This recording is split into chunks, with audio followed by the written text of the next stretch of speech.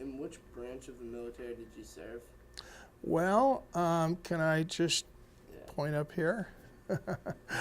I wear the Navy hat because I was in the Navy, and when I joined not thinking that'd be anything other than be in the Navy part. That's the seaman part of the Navy. So I joined in 1966. I graduated from high school in 1965. So during that time, the draft was going on, and also we had the Vietnam War.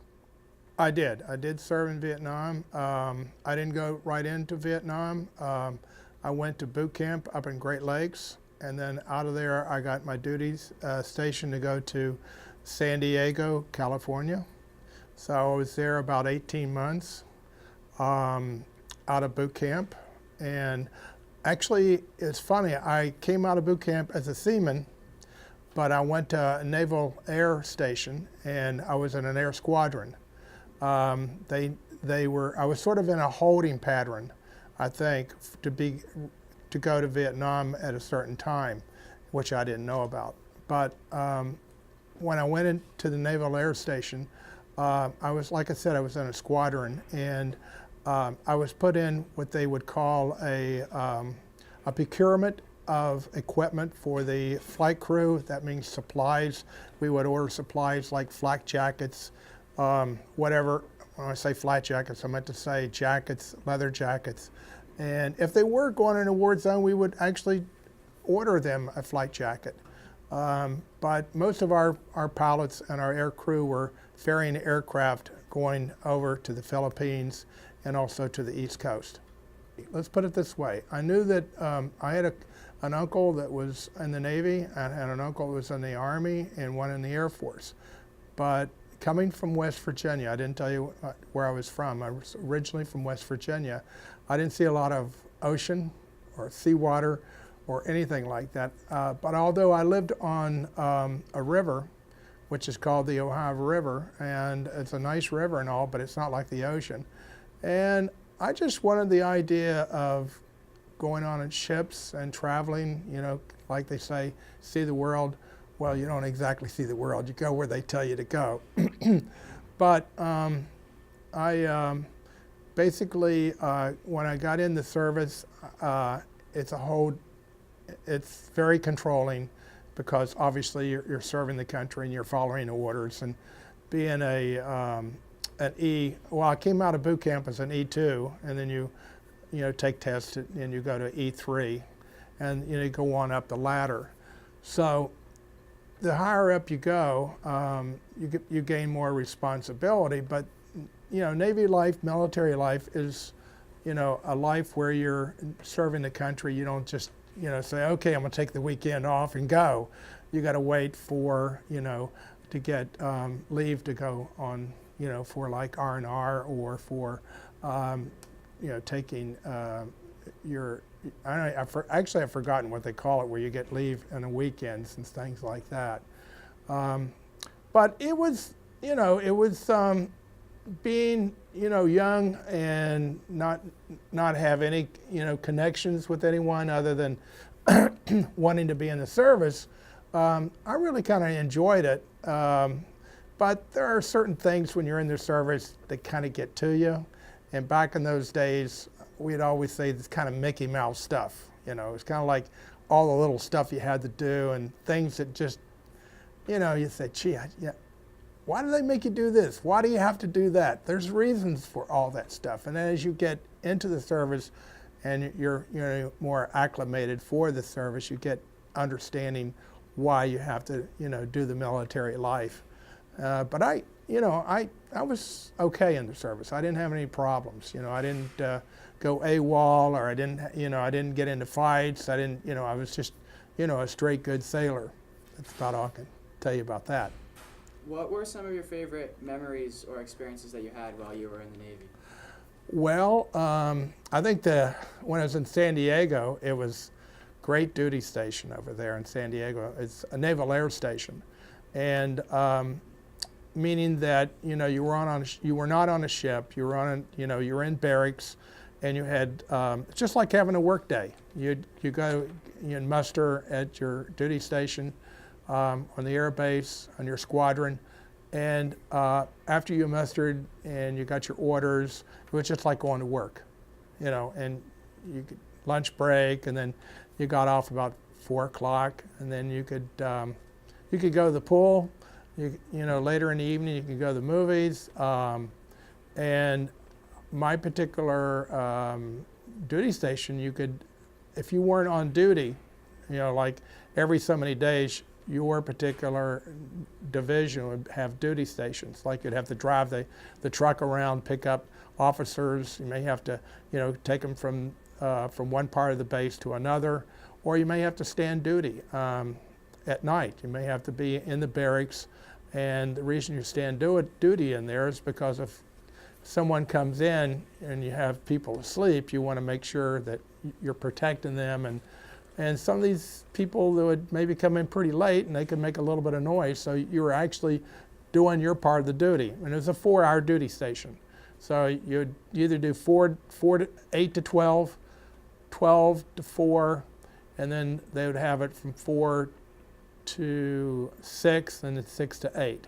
So that's basically the way that worked. And my favorite thing about being over there would be going to Balboa Park or San Diego Zoo, or, you know, just going over in the city, and you could get out of your, you know, your work clothes or your, you know, your dress uniform and just be like a regular civvy, only your head was, you know, kind of cut a certain way. You didn't have long hair like everyone had back in the 60s. Everyone was hair and all that. So it was like just being like a regular tourist on the weekends, or going to the movies, you know, at night. They had a beautiful movie theater there at night you could go to. Or you could go over to the Enlisted Man's Club. And I think at the age that I was, I could not drink, meaning you couldn't have a beer. And I was like 19 when I was there, 19.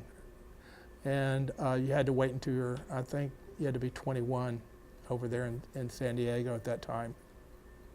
So, you know, just living good life, you know, enjoying myself. It's a lot different than being overseas. Only in boot camp, just that they were like hard asses, you know. That was their job, you know.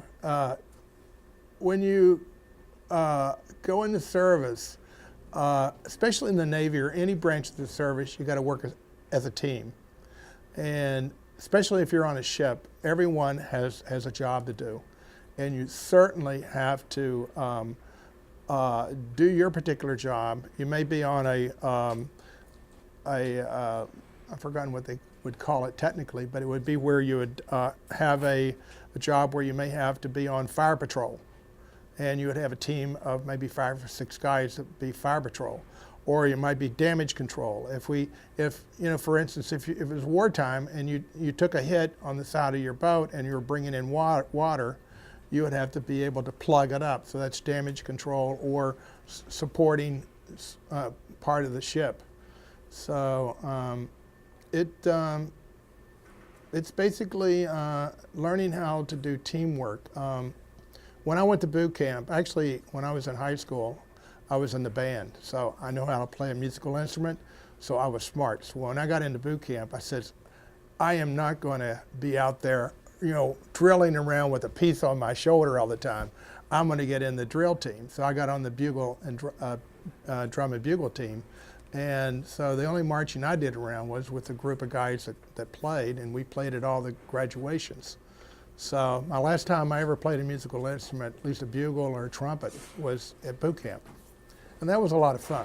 I mean, you know, we get to go to all the graduations, and we were treated differently. We weren't like the grunts, you know, the Navy grunts. So it was a good deal, that sort of thing.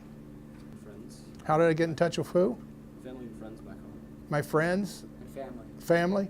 On the phone. You just, you know, you'd have just like in those days, you didn't have cell phones. You had phone booths. So you'd go into the, you know, on the base, you'd get on the boats and you'd do phone, you know, on the regular telephone. Or they had these booths, you know, lined up where, you know, had, you know, maybe 15 phones.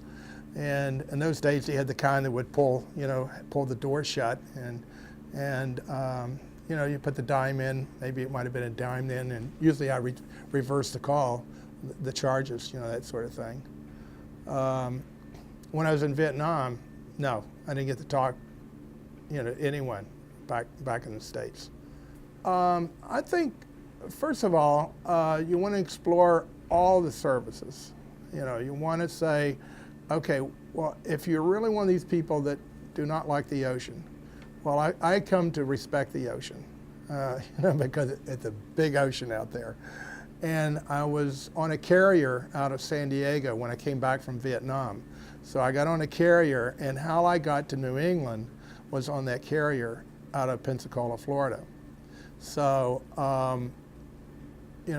I had always wanted to go in the Navy. It was just like it was ingrained in me. I said, I'm going to join the Navy if I have to join the Navy. And that particular time over there, during that period, when I came out of high school, I figured that, I wasn't ready for college, and I wasn't college material. And I said, okay, well, what am I going to do with the rest of my life? So I worked a little bit in my hometown, and sooner or later, I knew I had to get into the Navy because the Marines and the Army were ready to draft me in. So I joined the Navy. So I would say, basically, to go to the nearest recruiting area, Waltham has one, and I'm sure maybe Belmont or Watertown has one here, where he or she could sit down and say, look, I'm interested in, possibly making, well, not everyone says they want to make a career out of the service when they first go in, but they say, gee, I want to go in for, either 2 years, or 4 years. Maybe it might be connected where I could, get a college degree by going through the military, because they will give you, I don't know what the specifications are right now, but I know that in the past that if you were in the service for so many years, they would fund, your education. When I got out of Vietnam or out of the service, basically I knew what I was going to do then. They said to me before I got out, they said, why don't you ship over? We'll send you to photography school. Say, I'm a photographer. And I said, no, I don't want to ship over. I spent 4 years in the Navy. It was great, but I don't want to make this a lifetime career at that time. Little did I know that I wished I would have stayed in, because, I would have gone to photography school down in Pensacola, actually, where the ship was out of. And that was a great location to go to school in photography. But I came up here on a carrier, the USS Lexington, which is named after Lexington, the Minuteman over there in Lexington. And the ship that I was on was a training carrier.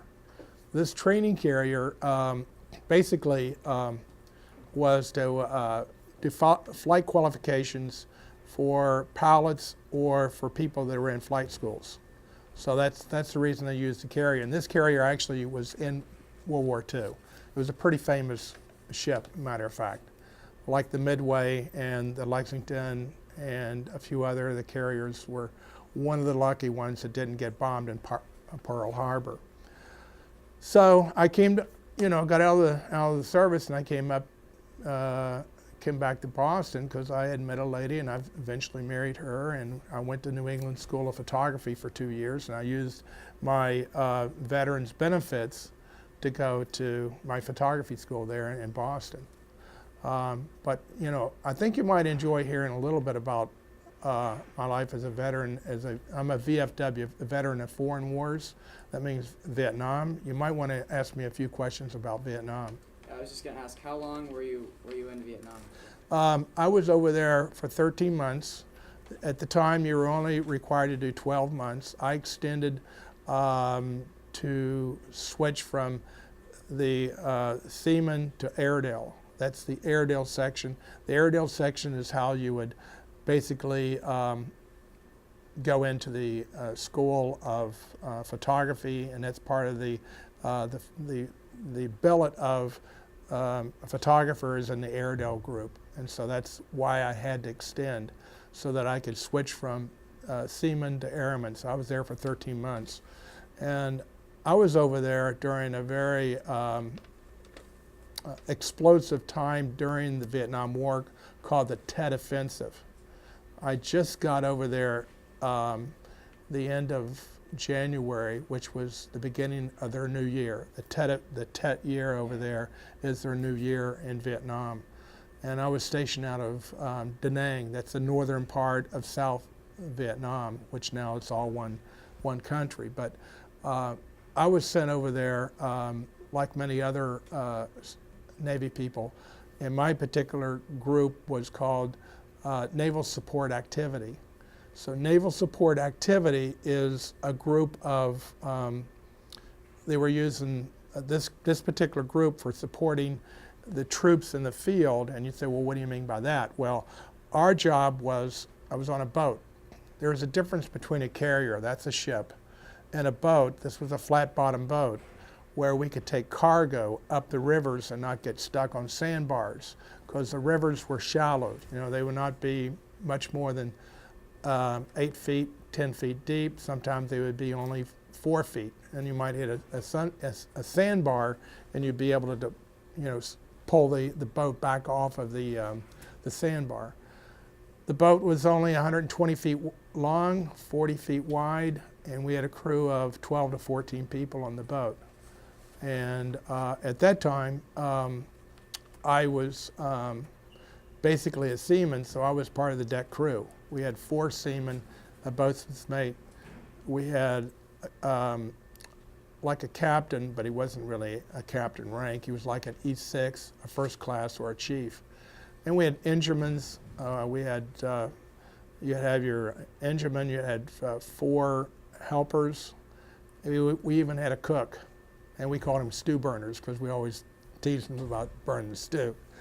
And so we slept on the boat. We had our bunks there. We had a head. You know, a head in the Navy is called, you know, a bathroom. You would call it a bathroom, but it's a head. And in there we had a washing machine so we could do our wash, you know, and we could hang it up on the boat. It was pretty good duty considering. Out of Da Nang, I was told we had about 150 of these boats, but they didn't all go up north. Some of them went south. Our particular group went up north. We went north up to Way, and also we went further north. We'd have to go out at sea and make the transit up the coast.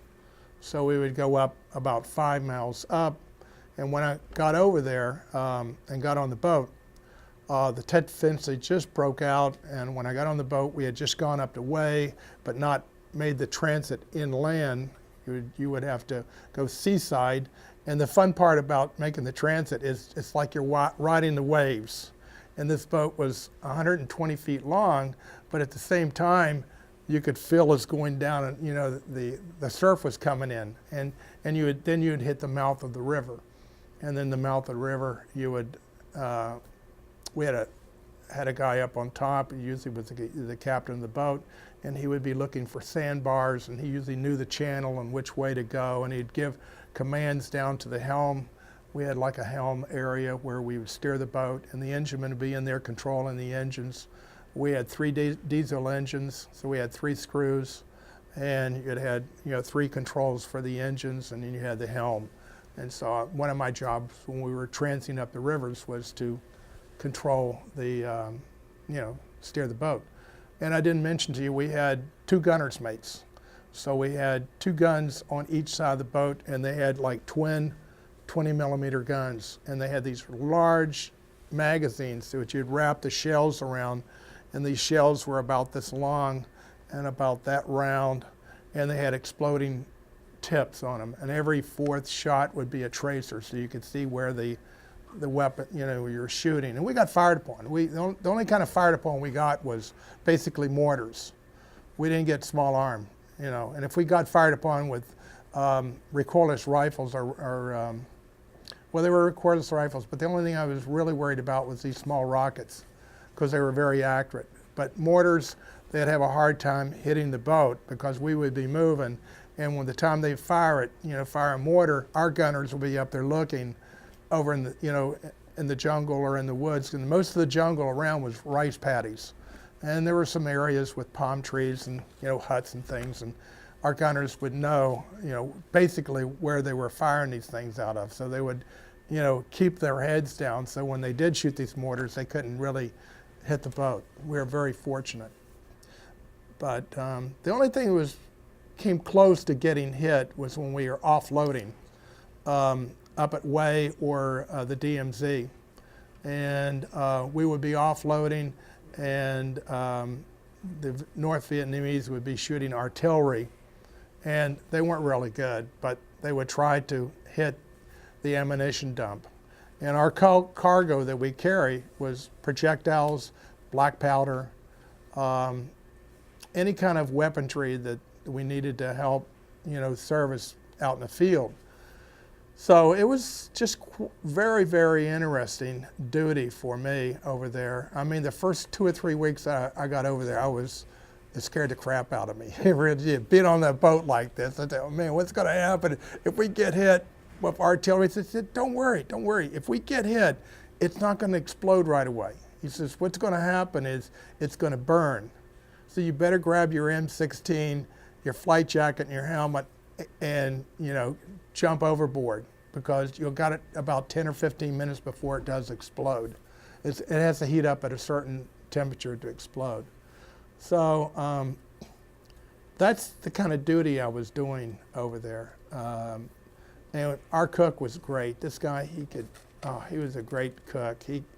The Navy is the other thing I joined the Navy for, because you always got a warm meal. And this guy could, even in Vietnam, on the boat, he could bake 3 loaves of bread, and being in that hot, humid weather, that always rose, the bread rose. It was just phenomenal. And the Navy, fed us good over there. When we got back to Da Nang, and we were off picking up more pallets. See, on a boat like this, only 120 feet long, the well deck was only about 40 feet long, and it's not more than 40 feet. It was about, I would say about 60 feet long, and the width was 40 feet wide.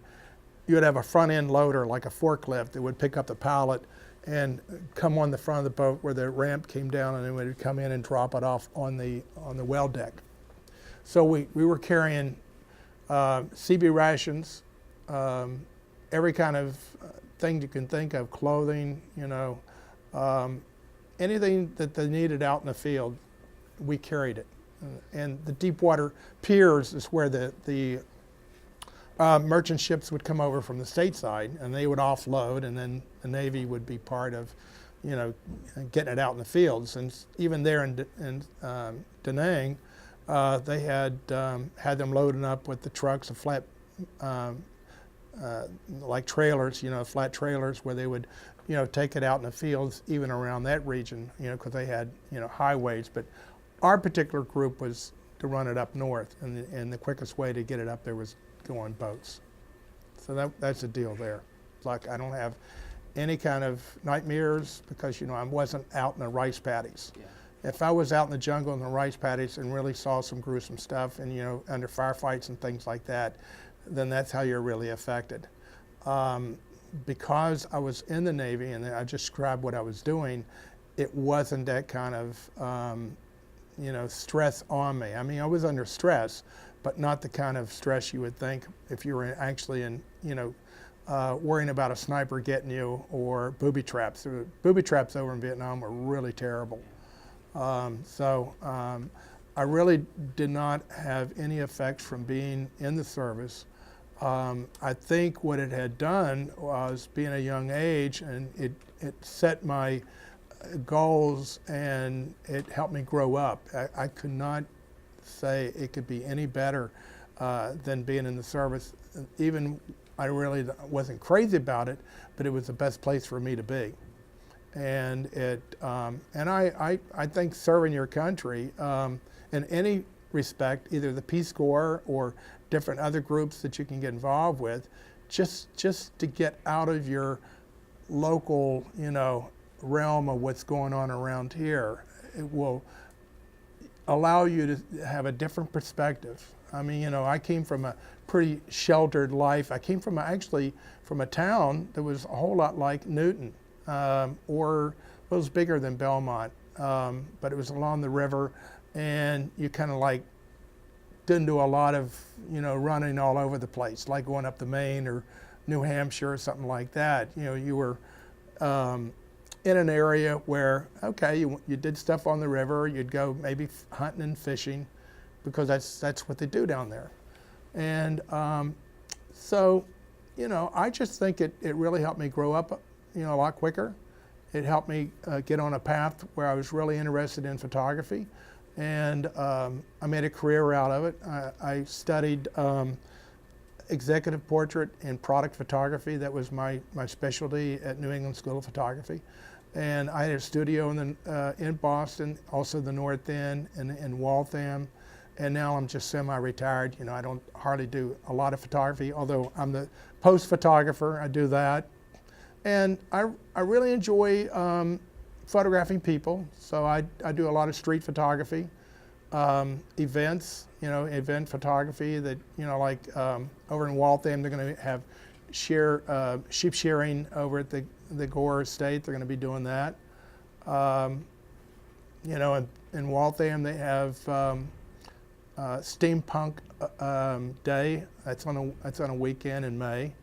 I've gone to over in Roxbury. They have the last 2 weeks in August.